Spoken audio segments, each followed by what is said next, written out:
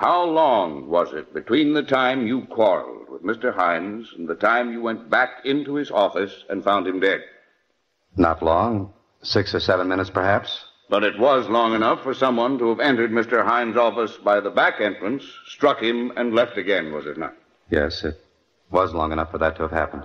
Now, concerning this famous paperweight the prosecution has talked about so much, I have it here. Do you recognize it? Yes, it was always on Mr. Hines' desk. Now, when you went into his office at my order to look for certain papers, you touched this paperweight, did you not? Yes, I touched just about everything on the desk. Exactly. In other words, your fingerprints would be found not only on this paperweight, but on practically everything else in the room. Yes, they would. In due course, Your Honor, we shall demonstrate that such is, in fact, precisely the case.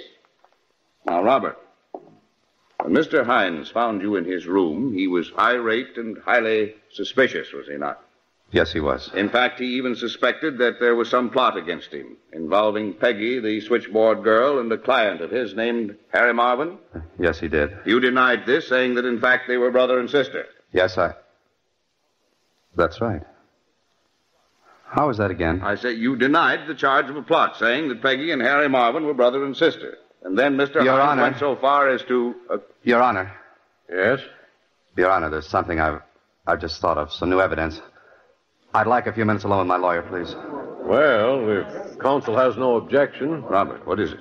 It's just something that I think I ought to tell you in private. Very well. Your Honor, please, then. By all means. Perhaps you would like to use my chamber. Thank you, Your Honor. Come along, Robert.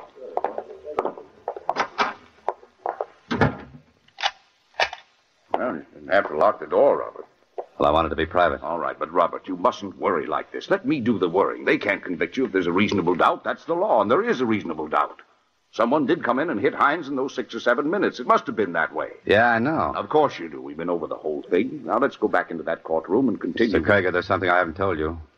Something you haven't told me. What? Oh, it's a little thing, but it's kind of important.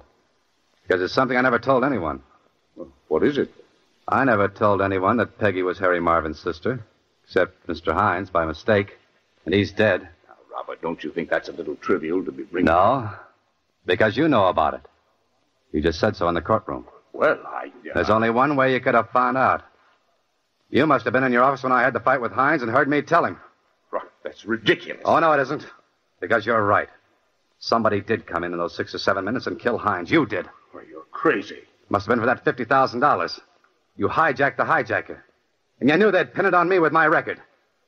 Maybe that's why you got me out of the pen in the first place. It is, isn't it? I'm not going to stay here and listen to any such nonsense. Oh, yes, you are. Because I'm going to get that truth out of you now. You planned it that way, didn't you? You sent me into Hines' office that day, and you probably sent him, and you figured you were such a hot lawyer that you might even get me off at 20 years or so to ease your dirty conscience, didn't you? Talk, Krieger. Don't get anywhere using violence with me. No, talk. No, wait a minute. Even if I did confess, it wouldn't hold up as evidence. Talk. Don't. Listen. We'll postpone the trial. I can get you out of the country. I'll give you money. That's all I wanted to know. Now, come on, you talk. Get down. Get down. Talk. That's where you went. I phoned at the court. I couldn't find you. Weren't you? You were killing Hines, weren't you? Yes, I did it. I killed him, but... Okay, I guess we can unlock the door now. What's going on in here? Robert, he's crazy. He attacked me. So I gather. He accused me of murder. Yes, I heard him. Tell me, Krieger, where were you when this boy phoned you here at court, when they couldn't find you? Why, matter of fact, I was right here, right in this very room. Some work to do. I wanted... Your court was in recess. You were out of town. Yes, I know. But there's something you don't know. What? On the day of the murder, the floor of this room was being repainted. And the paint, Mr. Krieger, was quite wet. Your Honor, the defense rests.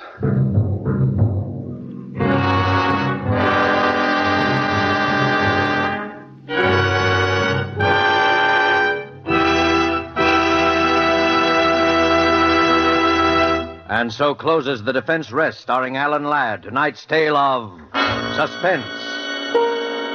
Alan Ladd appeared through the courtesy of Paramount Pictures, producers of Lady in the Dark. John McIntyre played lawyer Max Krieger. Before Mr. Ladd returns to our microphone, here is a definition of yourself that may interest you. Connoisseur, one competent to act as a critical judge of an art or in a matter of taste. That's what Webster says. So that makes you a wine connoisseur, because certainly you are competent to act as a critical judge of a wine's taste. Matter of fact, all you have to know to be a true wine connoisseur, in the opinion of your friends and guests, is a single word: Roma, R-O-M-A. To get the proof, make your own taste test of the tangy, appetizing Roma Sherry, the hearty, satisfying Roma Burgundy, the heavier, sweeter Roma Port, or any of the many different delicious Roma California wines. If your favorite dealer is temporarily out of the kind of Roma wine you prefer, ask for it again, please. Just be sure to say R-O-M-A, Roma Wines, made in California for enjoyment throughout the world. This is Alan Ladd. It was a pleasure to make another appearance on this program, which is a great favorite of mine. Next week, they tell me Laird Krieger will be your star. And I know you'll want to be listening, as I will. Good night. Thank you, Mr. Ladd. Suspense is produced and directed by William Spear. Tonight's play was written by Roland Brown and Robert L. Richards. Don't forget, then, next Monday for Laird Krieger in Suspense. Presented by Roma Wines, R-O-M-A, made in California for enjoyment throughout the world.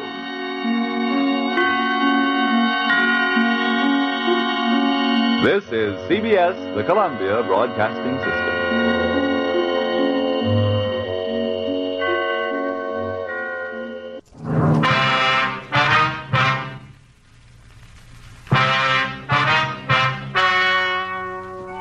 Ladies and gentlemen, the story you're about to hear is true. The names have been changed to protect the innocent. We've got some facts from 1944 from our upcoming Abbott and Costello show. This is sponsored by Cat's Pride. And this is crazy, Carl. So we have a collaboration that began in 1944 between Salvador Dali and Walt Disney. Have you heard of anything like this? No. I haven't either. This is an animated short. It was released in 2003, but their collaboration began in 1944.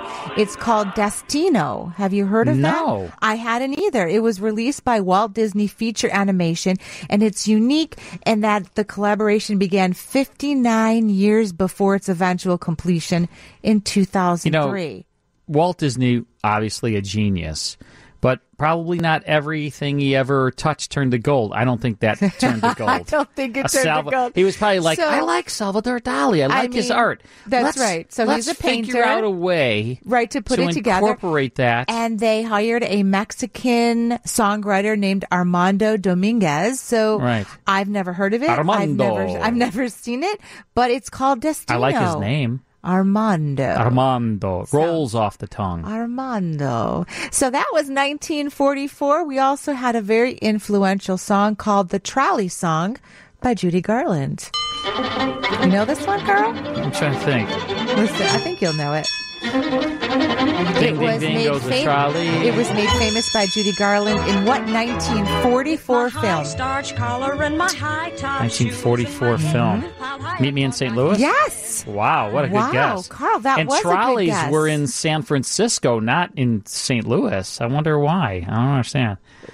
What? I mean, remember the trolley cars? Well, you know, always in St. Louis. Well, there's trolley cars in New Orleans. You take there the are. Trolley. Okay, well there it is. I didn't know that. So I thought the trolley cars were just in San Francisco. No, they're not. No, They used to have trolley cars in Chicago back in the day. Were those trolley cars though? I think so. Okay, all right. Look, I spent time in New Orleans. I always took the trolley. Listen, when I was growing up, I was in my parents' basement collecting these classic radio shows. Don't tell me what you were doing in the basement. I don't want to know. I'm not sure if there was trolleys out there in Chicago or not. The scene in the movie was shot in one take, and of course they were nominated an Academy Award for Best Original Song in the 1945 Academy Awards for the trolley song, but they lost to Bing Crosby's "Swinging on a Star," also a very big song for the 1944. Okay. And the 16th Academy Awards ceremony took place on March 2nd of 1944 at Grauman's Chinese Theater, and what won Outstanding Motion Picture? 1944, Outstanding Motion Picture. Of course, this movie was released in 43 and won in 44. Can you tell me the star, and then maybe I could figure it out? I think if I told you a star, you'd know for sure. Well, give me the star. Let's see. All right, Humphrey Bogart. 1944. Well, it was released in 43. Probably Casablanca. That's the one, wow. Casablanca. So it won Outstanding Motion Picture, Best Director, and Best Adapted Screenplay. Wow. Big movie, 1944. You know, I've seen the movie, and it's just like okay. I mean, I don't know. I mean, people love that film, but you know, not all movies stand up to the test of time either. You know, they become dated, but we can still appreciate some of the performances 1944. For sure. Thanks, Lisa. Yep, sure. Text us 312-981-7200. We'll be here till 3 o'clock. Abbott and Costello coming your way. Just a second here. A little background on Abbott and Costello. They formed a partnership in 1935, way back in 35. Yeah. They actually started in burlesque theater and vaudeville. They didn't start on radio, and then they made kind of a name for themselves in burlesque and on stage and doing some traveling around the country, and then got a stint on the Kate Smith radio show, right? And in 1938, they started really making a name for themselves on the Kate Smith show. But the weird thing was, when they were on stage, no problem. They could, people watching could tell who was Bud Abbott and who was Costello. But on radio, their voices were very sort of like our voices. Yeah, they're very similar. Very similar. Hard to tell. So that's why I have to be deeper, and then you can go higher. Yeah, you need to go a lot so they know. deeper. Well, that's what they had to do. Costello had to sort of, affect a higher pitched voice, because on radio, no visuals. And that's why you hear Costello a lot of times talking way higher than Bud Abbott, the straight man. Their routine, Who's on First, made them a national sensation, and that got them their own radio show. And then, of course, movies back in their second film, Buck Privates from 1941 was a massive hit. It made $4 million at the box office. That was like huge money back in 1941. Hey, look, it's still huge money. Yeah, that's true. But I mean, for a movie, it's not that much. Right. In the 1940s, Universal executives thought it might be interesting to pair them with their monsters. Universal was the king of the monsters. Frankenstein, Dracula, the Wolfman, the Mummy. Those were all Universal. And they decided, let's start pairing you with these mummies and Frankensteins and Draculas and things. And so they made the film Abbott and Costello Meets Frankenstein in 1946. And I'll tell you what, Costello, he hated the idea. He hated the script and just didn't want to do it. So they paid him a lot of money. They paid them out of the budget. Here's the crazy thing. The budget was $700,000, and over $150,000 of that budget went to Abbott and Costello. So then they liked the movie a little more. All of a sudden, it was a great movie. But guess what? It was a huge smash. Sure was. Smash hit. Yeah. In fact, it was listed, it's still listed in America's Film Institute 100 Funniest American Movies. It's 56th on that list. And now here's a little trivia. I don't know if you remember watching the movie, but at the end of the movie, so there's a bunch of monsters in that first one. There's Dracula, Bela Lugosi, Frankenstein's monster played by Glenn Strange. Lon Chaney Jr. is the Wolfman. But then at the very end of the movie, there's another monster. You don't see the monster because it's the Invisible Man. Do you know who supplied the voice of the Invisible Man at the very end of the movie? Vincent Price. I did not know that. There you go. Watch it. I'll have to listen for his voice. I know that voice. All right, we have an Abbott Costello show for you November 16th, 1944. And you'll love this. Full half-hour broadcast. Here's Abbott and Costello.